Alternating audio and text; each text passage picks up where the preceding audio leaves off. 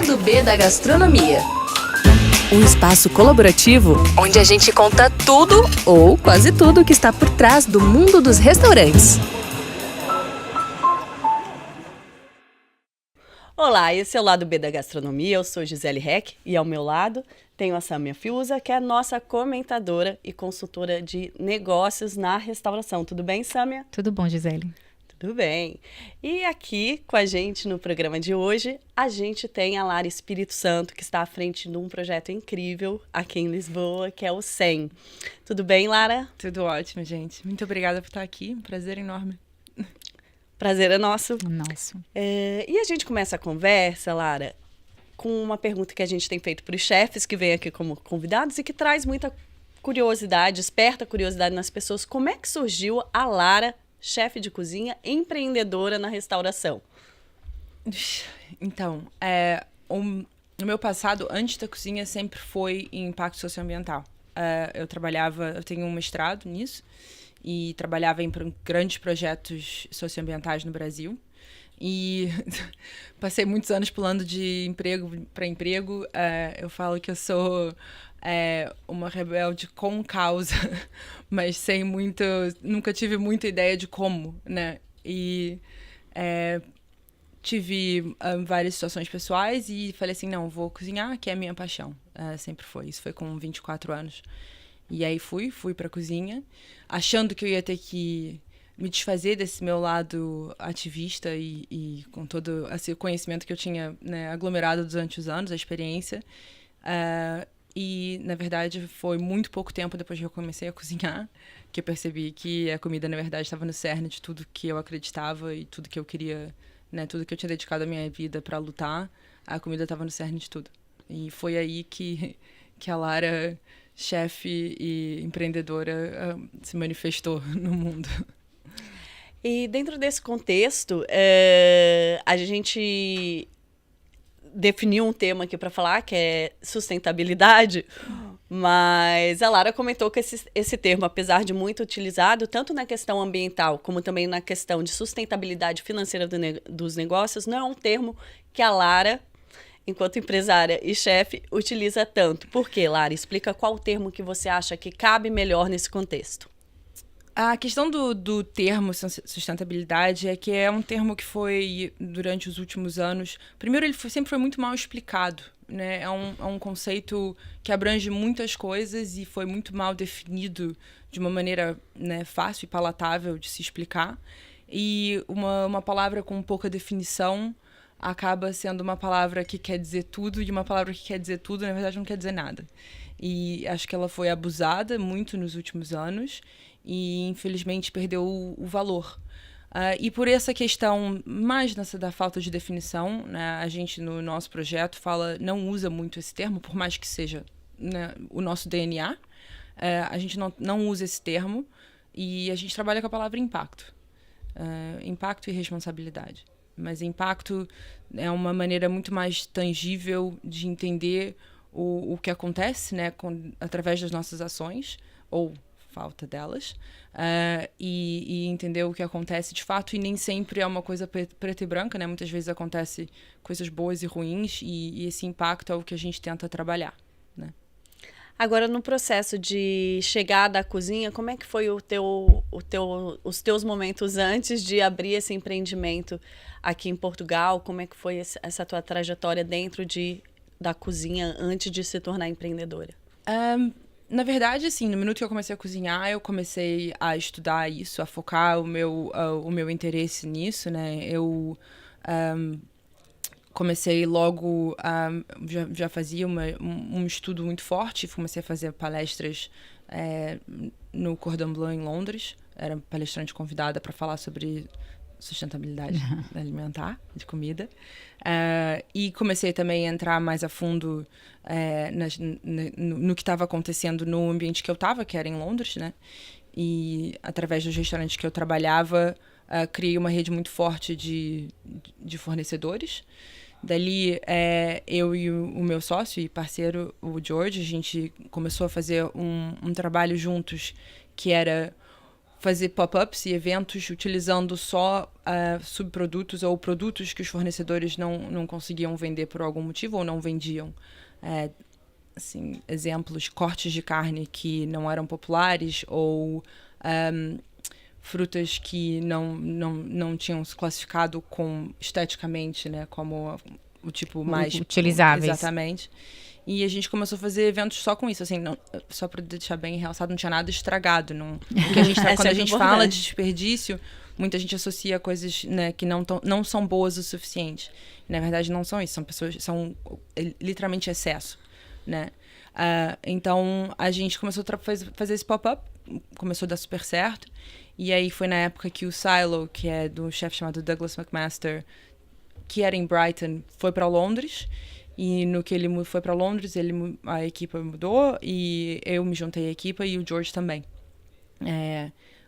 E foi daí, a gente trabalhou no Silo até a pandemia e dali que a gente veio para Portugal. Agora, então, teve bastante experiência dentro da cozinha, fora da cozinha, através da busca de estudo. Selma, isso é fundamental, né? Para quem quer empreender na gastronomia. O ideal é que a pessoa conheça todas as pontas da cadeia, que tenha essa vivência para realmente saber como estruturar um bom negócio. Um negócio tem que ter estudado, tem que ser estudado desde base, né? No caso da Lara, que é um propósito maior até, né, ali, o teu negócio, ele ainda tem outros pilares ainda mais preciosos que precisam ser desenvolvidos e pesquisados, e esse know-how que ela traz, eu acho que foi fundamental. Qualquer negócio que se vai começar, ele precisa ser estudado, orçamentado. Isso não quer dizer que ele não vai ter risco. A gente tem ali, qualquer negócio, qualquer empresa que a gente abre, tem riscos inerentes. Abrir um negócio é ter risco. Mas com o estudo, o plano de negócio, ele serve para reduzir o risco. Pelo menos ele não é ali uma aventura, como a gente diz lá na empresa. E como é que foi para planejar? Planear, como a gente fala aqui em Portugal. Na verdade, a gente teve uma sorte não é a palavra certa, talvez, mas a gente teve a gente abriu o 100 em junho de 2021. Pandemia. Sim, mas a gente começou a fazer o nosso plano de negócios desde setembro, outubro de 2020. E nessa época era a época do lockdown. Então eu tive muito tempo. Nessa época a gente estava fazendo pop-ups, porque estava aquela coisa em Lisboa, abre e fecha, o restaurante pode, não pode, mas a gente foi fazendo eventos em restaurantes em Lisboa. Mas nesse meio termo eu tive uma coisa que é praticamente impossível quando você está abrindo um restaurante, né, numa situação normal, que é que você está sempre correndo contra o tempo. Né? E você está sempre, né, naquela situação que cada dia que você não abre o seu negócio, você está perdendo a oportunidade de ter faturamento. Então, eu tive a sorte, entre aspas, foi isso que o mundo estava parado. Então, eu tive aquele momento, né, do inverno, no início do outono e inverno de 2020, até, obviamente, um plano de negócio foi construído, mas que aquilo foi sempre mudando até o dia que a gente abriu. Ele foi, né, melhorado, foi aperfeiçoado, né? E a gente viu e reviu e né, trabalhou muito em cima dele até o dia que a gente abriu. Então, foi uma oportunidade, vamos colocar assim, que eu tive muita sorte de ter, por causa daquele momento que a gente estava passando. Muito interessante. Lara, você é conhecida e o restaurante é conhecido com essa pegada sustentável. E uma das coisas mais interessantes, que pelo menos para mim é um grande diferencial, é a questão que a gente começou a falar e a gente vai continuar a falar agora, do aproveitamento máximo dos alimentos. E pensar que às vezes uma casca de batata ela pode se transformar num vinagre, ou uma casca de cebola também pode ter uma utilidade em vez de simplesmente ir para o lixo ou às vezes servir de adubo. Como que é esse processo? Como é que foi a criação desse conceito para vocês conseguirem de fato implementar em um negócio? Porque o restaurante tem toda essa questão idealizada, né, de ser um ideal, mas ele também precisa funcionar bem como negócio. Como é que é esse processo no dia a dia? Então, assim, o plano de negócio ele foi desenvolvido com esse DNA, né? Então, assim, ele não foi uma coisa que a gente implementou depois, né? Já num modelo de negócio existente. A ideia é que isso é a parte da operação, né? A gente sempre fala, o 100 é um modelo operacional. Então, o modelo funciona a partir de 2 objetivos, e são objetivos muito claros e muito bem definidos, que é uma coisa que eu concordo muito em termos de na hora de estudar e planejar o seu negócio, é definir os objetivos muito claramente. Claros, sim. Porque você tem a sua... Tá na alma, né? E aí vira sempre o seu norte, né? Isso. Então, a gente tem 2, e são são os objetivos que guiam a gente. Um é apoiar a agricultura regenerativa, e o outro é o desperdício alimentar, combater o desperdício alimentar. Eu digo os 2 porque o modelo depende desses 2, né? No caso, a gente trabalha diretamente com os produtores, né? E os produtores entregam os produtos para a gente diretamente, não tenho intermediários. Aliás, tenho um que é a distribuição de secos, mas é o um. Todos esses produtores estão trabalhando de forma... agroecológica, né? Então, o orgânico / biológico é o mínimo, o mínimo incrível que a gente tem. Depois disso, assim, todos os produtores têm um pensamento holístico em termos de regeneração do solo, né? E de fomentar a biodiversidade. Foi difícil mapear esse pessoal aqui? Não, assim, sempre né? Porque são poucos, mas o Projeto Matéria foi o grande mapa pra gente, né? De encontrar os produtores que partilhavam os nossos valores. Projeto Matéria do João Rodrigues. E da Vânia Vânia, que tem assim, para mim, o projeto mais importante que acontece na gastronomia de Portugal, porque mapeia todos os produtores independentes desse país, né? Então... Essa informação é interessante, não é? Para as pessoas que vão ouvir. Totalmente. A gente até hoje, quando a gente está procurando uma coisa nova, a primeira coisa que eu faço é olhar o Projeto Matéria. Eles se tornaram um norte mesmo nessa área, esse cuidado com o produtor, né? Essa valorização também, Exato. né? Porque uma das questões que a gente discute muito na cena da gastronomia e de pequenos produtores é a questão da sustentabilidade do negócio deles também, né? Porque muita gente, principalmente os filhos, acabam indo para a cidade porque às vezes não tem continuidade, essa né? continuidade, às vezes também por um pouco de falta de valorização, de visibilidade. E é um trabalho super importante. E se a gente de fato está falando de trabalhar com comida portuguesa, são eles que estão produzindo a comida portuguesa, porque literalmente eles protegem e produzem, né, a comida portuguesa. Mas então a gente trabalha com esses produtores, o produto chega diretamente para a gente e a gente trabalha esse produto inteiro. Então, o que isso quer dizer? Tudo que não seja utilizado imediatamente num prato, né? Então, no menu de hoje, dia 0, o que não for utilizado, qualquer casca, talo, semente, é preservado de alguma maneira para ser utilizado em menus futuros. E isso que acontece a gente está constantemente criando um arsenal de sabores, que quando a gente está construindo um prato novo, normalmente é essa união do que está agora de fato acontecendo no campo, né? Do que é mais sazonal, micro-sazonal, com a consequência criativa, vamos colocar assim, do que não foi utilizado no passado. Então, as coisas... Como é que a gente conseguiu... É uma combinação contínua. Exato. E é isso que... Assim que a gente consegue ser 0 desperdício, porque a gente está criando sabor para o futuro. E isso, claro, implica, em termos de gestão de tempo, né, um impacto maior no dia de hoje, porque a gente tem que estar sempre cozinhando, né? Produzindo o tempo inteiro, apesar de abrir esse horário à noite, né? A gente está sempre produzindo, e o que eu não estou produzindo para agora, eu estou produzindo para o futuro, mas quer dizer que no futuro eu corto algum tempo, porque eu tenho já sabores complexos e elaborados que vieram dessas técnicas de preservar a comida que nós implementamos no passado. Então é um ciclo constante. E depois, quando a gente tem matéria orgânica, quer dizer, então eu não jogo nada na nossa caixa de compostagem que não tenha dado tudo que pode dar em termos de sabor e nutrição. Então, a gente tem mecanismos que a gente usa para extrair, né, desde das coisas que têm menos valor, tipo cascas, ou até assim, talos de ervas, a gente usa tudo. Claro que tem coisas que ainda não...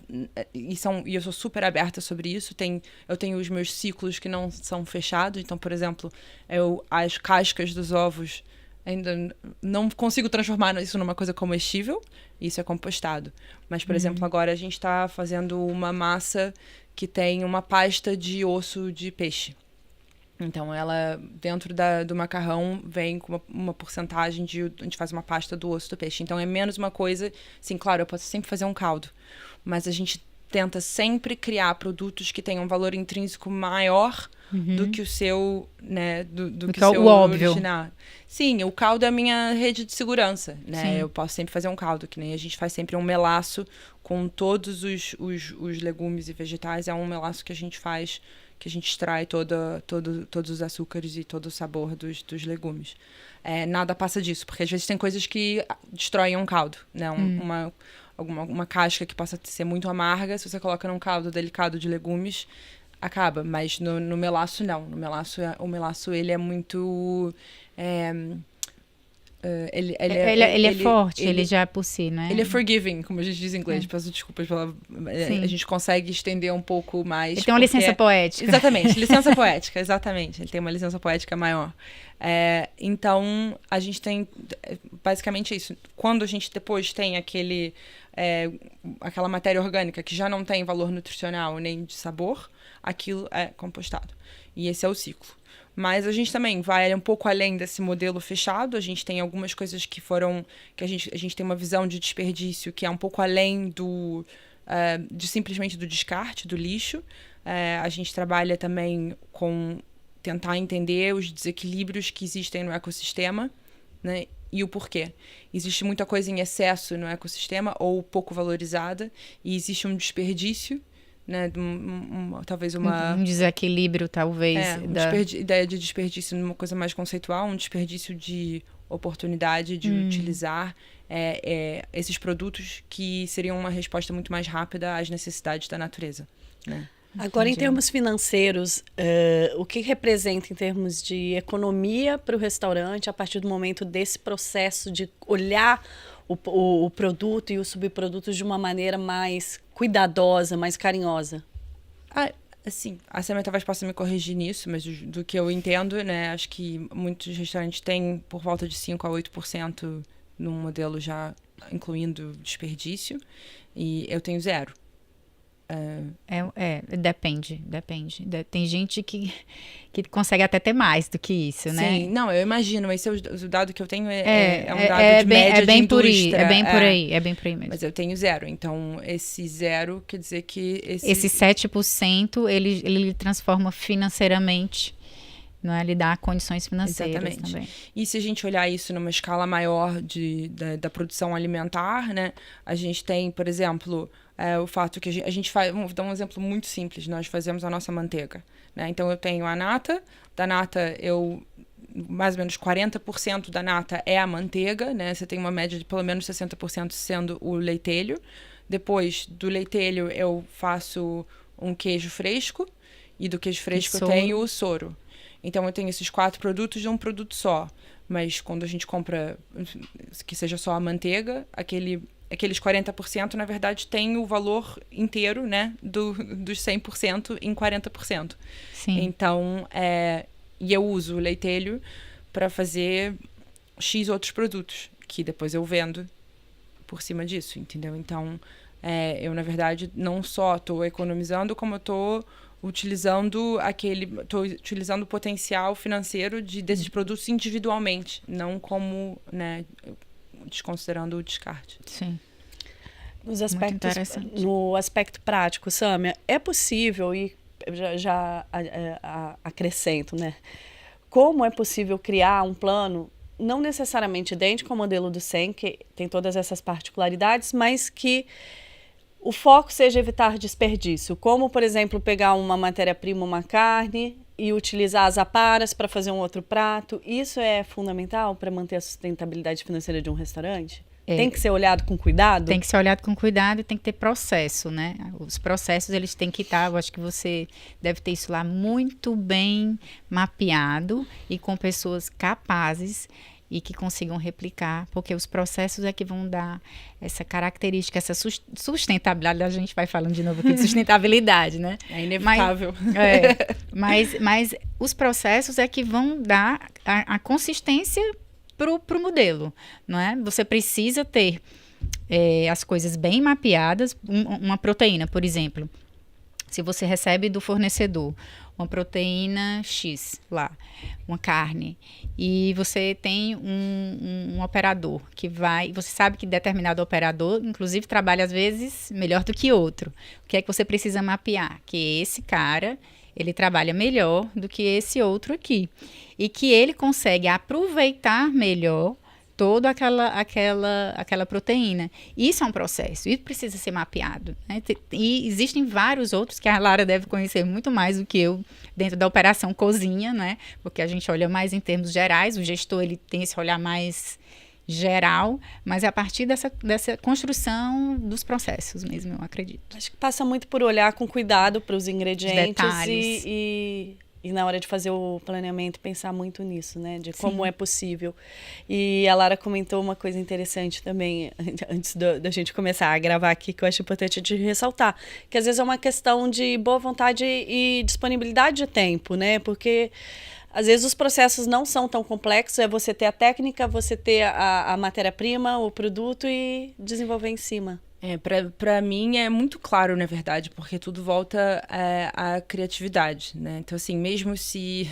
Vamos supor alguém que não tem interesses ambientais, que eu acho muito difícil, porque eu acho que os chefes, eles hoje em dia, né, valorizam tanto aquele produto natural e a gente entendeu o impacto. É uma tendência hoje já cada vez desse entendimento, né? Se a gente dá tanto valor àquele produto, como é que a gente não vai dar, como ele foi produzido, o impacto que ele teve na produção e na embalagem, no transporte. Eu acho que isso todo mundo tem isso muito... Né, os chefes têm isso naturalmente deles.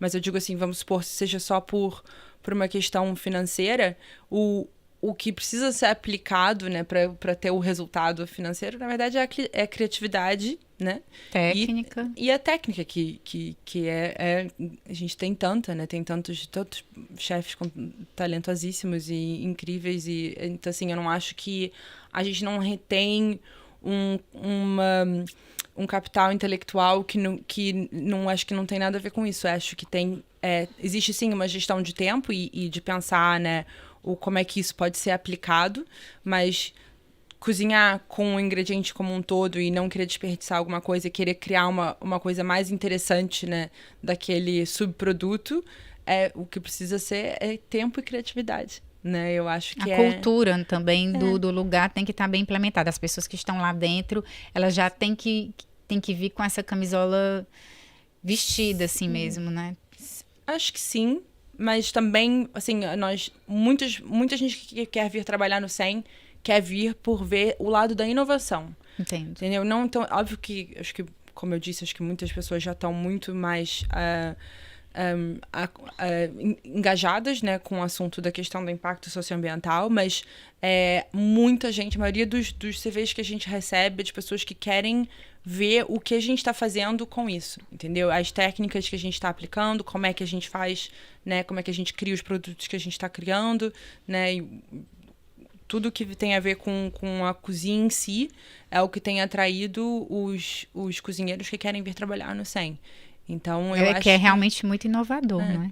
É muito... É vanguarda, assim, a maioria dos restaurantes não tem um viés do sustentável, mas nesse refinamento... É um refinamento, porque se a gente voltar um pouco ao passado, a gente sempre teve isso, né, gastronomia, né, tentar aproveitar maximamente os alimentos. Sim, até pelo... E eu acho que em Portugal tem uma cultura muito forte disso, já né? nasceu assim, né, aproveitando o principalmente máximo, nas regiões mais simples, mais humildes, a questão da própria feijoada transmontana, eles faziam a matança do porco, comiam um porco fresco, depois guardavam as partes que conseguiam fazer o defumado, né, os fumados, que eles falam aqui, para fazer esse aproveitamento do porco no todo, né? E isso sempre muito tudo utilizado. Em outras áreas também, né? A galinha cabidela, por exemplo, que utiliza o sangue, o bacalhau, que a gente no Brasil a gente ouve tanto comer o lombo ou o bacalhau desfiado, e aqueles comem tudo, a língua do bacalhau, as nadadeiras, a bexiga natatória do bicho, enfim, é uma coisa que está muito intrínseca também na cultura do português, né? Esse aproveitamento máximo. Eu acho que... Não, com certeza. A gente pode passar aqui o dia listando pratos tradicionais, todos que são feitos assim,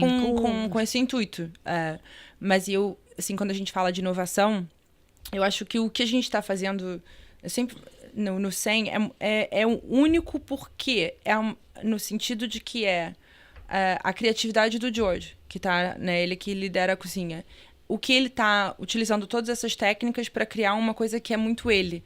Mas se tivesse um restaurante com o mesmo modelo operacional do 100, na Rua das Escolas Gerais, número 110, né, que é ao lado da gente, a comida seria completamente diferente.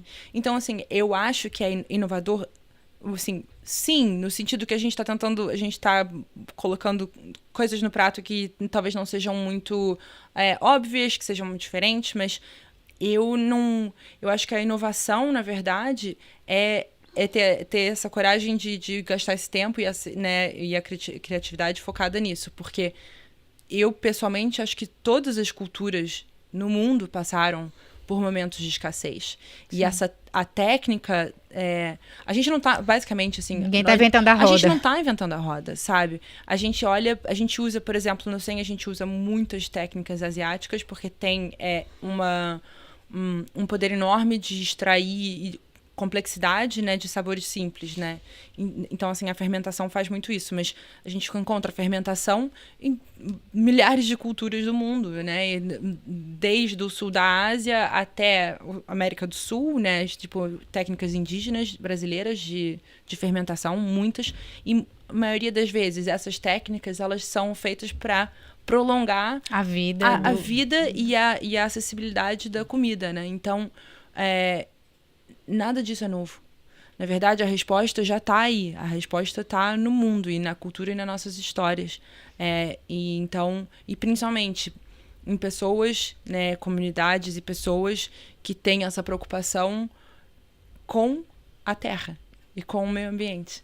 São essas as pessoas que normalmente retêm tanto desse conhecimento de preservar a comida, né, e de ter um baixo impacto na produção da mesma. Então, para mim, assim, o que é diferente do 100, a gente faz Zero Waste Innovation, né? O que a gente fala que o restaurante faz. Porque a gente tá ali, dentro da nossa caixinha, que é cheia de limites, a gente não trabalha fora da caixa, a gente trabalha numa caixa muito limitada, mas isso é muito empoderador, né?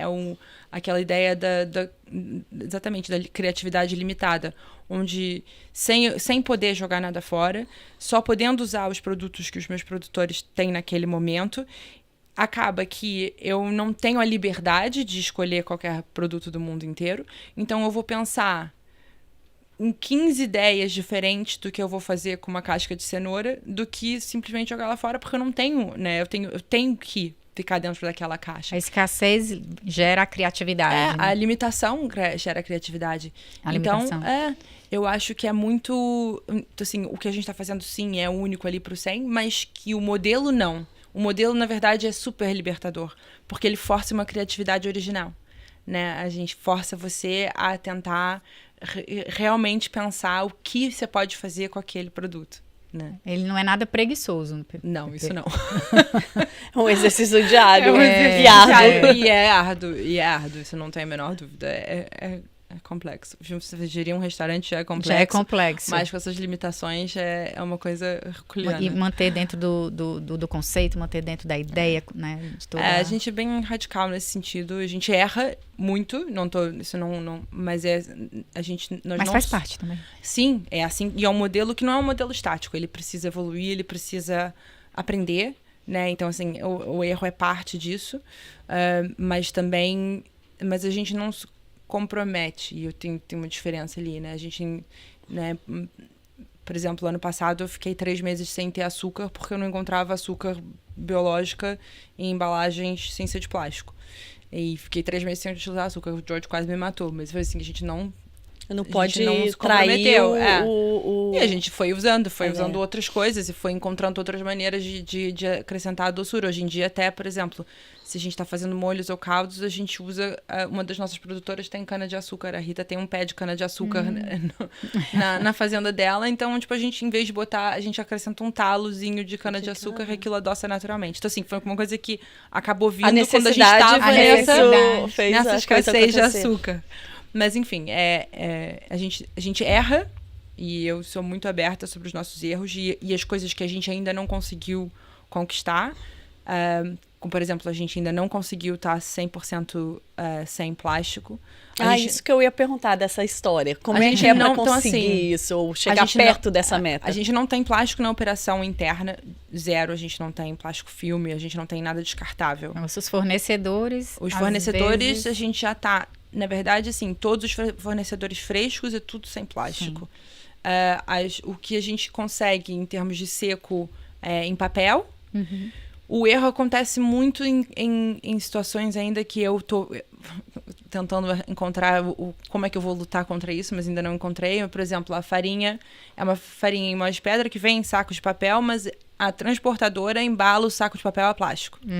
Entendeu? Então, tem essa situação... Mas a gente faz uma...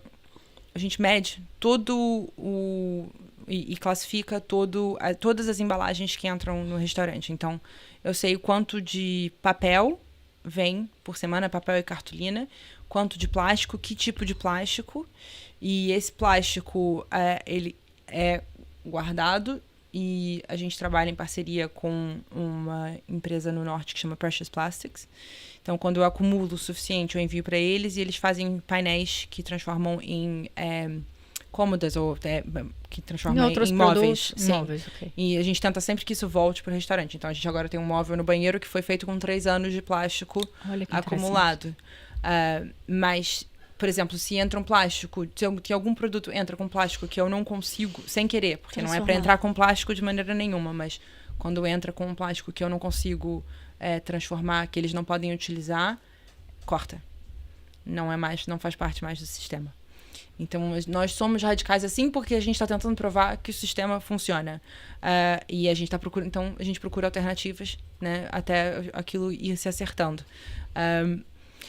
Como é que isso com os fornecedores, com os produtores? Mais simples do que se imagina. Conversar. Entender as necessidades. Entendeu? Então, o queijo que a gente compra do ortodoxo a gente comprou as embalagens para eles têm metade, a gente tem metade e o queijo a gente vai trocando. Mesma coisa com vinagre. O vinagre a gente compra em 10 litros, eu comprei 4 jerry cans, né, quando a gente abriu o restaurante, eles têm 2 e a gente tem 2. Então a gente vai encomendando e vai revezando.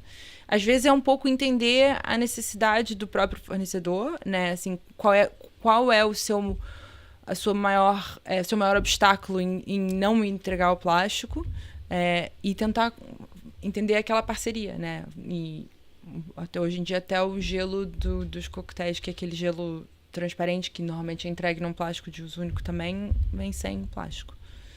Então, a gente está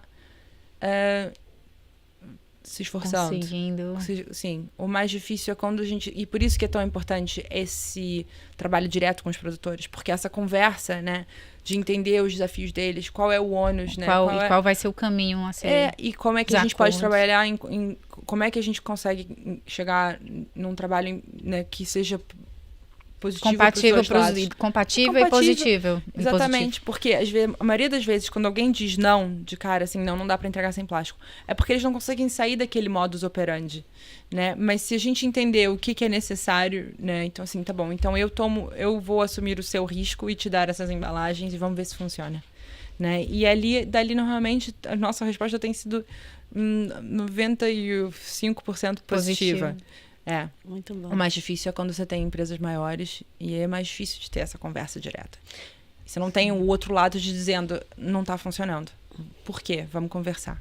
Sabe? Não tem essa abertura, né? Agora, Samia, como que deve ser, então, esse processo de curadoria para mapear os produtores com quem o restaurante vai trabalhar, os fornecedores que dialoguem também com a ideia, com o conceito do restaurante? Como que tem que ser feita essa curadoria? Ela estava comentando desse trabalho aqui, no caso, né? Se for em outro lugar do mundo, no Brasil, por exemplo, eu acho que mapear, encontrar as parcerias, as organizações que trabalham com isso, que tenham o mesmo viés, não é? dentro do que você quer implementar. É uma pesquisa profunda que tem que existir, não tem como sair disso. Eu concordo completamente também. Eu acho que essa pesquisa faz bem ao projeto, né? Assim, eu acho que você encontra as pessoas que partilham os mesmos objetivos, que partilham os mesmos valores. E, normalmente, quando a gente está falando dessa parte de impacto socioambiental, a maioria dos produtores, principalmente os produtores, né, assim, eles têm essa preocupação. Porque a agroindústria, né, vamos falar em agricultura industrializada, ele é um business em falência, né? Porque ele destrói o próprio capital daquilo que ele depende para viver. Então, desde já é um business em falência. E os produtores que trabalham de maneira agroecológica é o contrário. Eles querem preservar, né, aquela terra que eles têm ali imediatamente em frente a eles para o futuro, por que quer que sejam os motivos, mas o intuito é preservar. Então, eles trabalham, né, junto com a natureza e tentando regenerar os estragos feitos até então.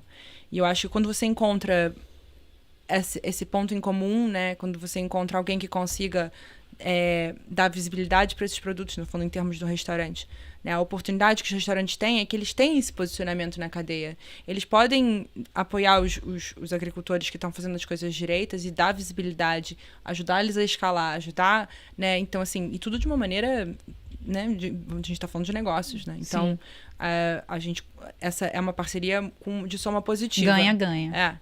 E do outro lado, os restaurantes têm as histórias que contam através da comida que servem. Então, também influenciam o outro lado de assim, mostrar... Assim, em termos de business, é altamente autoral, digamos assim, né?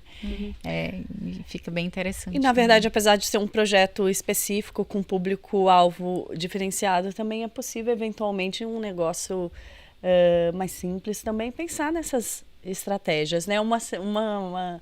Uma cena que eu acho importante a gente falar aqui, que eu fiquei apaixonada pelos vinagres do 100, porque a Lara fala aqui da falta de espaço e a solução de colocar os garrafões com o vinagre fermentando como parte da decoração. Eu acho incrível, porque tem tudo a ver com o diálogo do conceito. E eu queria que a Lara explicasse pra gente um pouco como que é esse processo desses vinagres tão interessantes, que tem até vinagre de casca de batata, não é isso? Tem. O vinagre, ele é uma ferramenta incrível, porque a acidez, né, no prato, ela é fundamental para qualquer prato, né? E é assim, não existe a gente cozinhar sem a acidez. E se a gente consegue que essa acidez já venha com complexidade, que já venha com sabores, né, ela é muito mais interessante. Ou então que seja, ao contrário, que seja neutra, né? Mas a gente usa o vinagre como uma maneira de elevar, né, aquele valor de uma coisa que talvez não tenha muito valor. E até em termos de espaço, o vinagre é interessante por causa disso, porque a gente consegue, né, ter... garrafas ocupam menos espaço que jarras, né? E a gente usa muitos vinagres. E o vinagre pra gente é sempre isso, assim, ele pode ser... Ou a gente encontrou uma coisa silvestre, né? Alguma fruta silvestre que é micro-sazonal, que só existe, né, no mês de outubro, e a gente faz um vinagre disso. Por exemplo, flor de magnólia é um vinagre maravilhoso, da pétala da magnólia. Por exemplo, das camarinhas, da baga que existe na praia aqui em Portugal.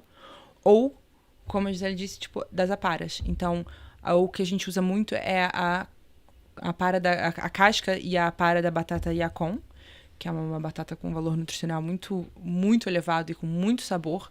E ela tem bastante açúcar, mas é um açúcar mais complexo. Então, para fazer vinagre é super interessante. E também a gente faz com, por exemplo, o talo de aspargos, né, a parte mais fibrosa do aspargos. O do aspargos branco é incrível também. A gente vai usando o vinagre como é muito mais interessante para mim usar uma casca para fazer um vinagre do que jogar essa casca no lixo e comprar um vinagre que não tenha, né, impacto. Comum também. Né? E aí a gente voltando àquela questão, né? Pode ser muito mais fácil ir num fornecedor ou no supermercado e comprar vinagre, mas também é possível fazer isso e trazer uma economia. Certeza. Com essa complexidade também, que pode trazer um diferencial para o restaurante. Complexidade simples, né? A gente fala que a nossa comida é complexa sem complicação. Faz sentido. Faz algum. Faz Faz sentido. sim. Faz sim. Fazer vinagre é mais simples do que a gente acha. Se você tiver você já consegue fazer. Daqui é que nem ele tem uma mãe. Essa ciência, não é, que muitas vezes não está no mapa das pessoas, no dia a dia, nesse corre-corre, e que precisa voltar, não é? É um trabalho que, por isso que como ativista, eu acho que você faz um trabalho muito, muito, muito belo. Não, tento imperfeitamente e faço menos do que eu gostaria de fazer, mas... Mas é inspirador. Bom, a gente está chegando ao final do nosso episódio. E a gente sempre finaliza perguntando para os nossos entrevistados qual o verdadeiro lado B da gastronomia, aquela pedra no sapato, a grande dificuldade que quem está ali sentado à mesa não vê. Só pode ser uma?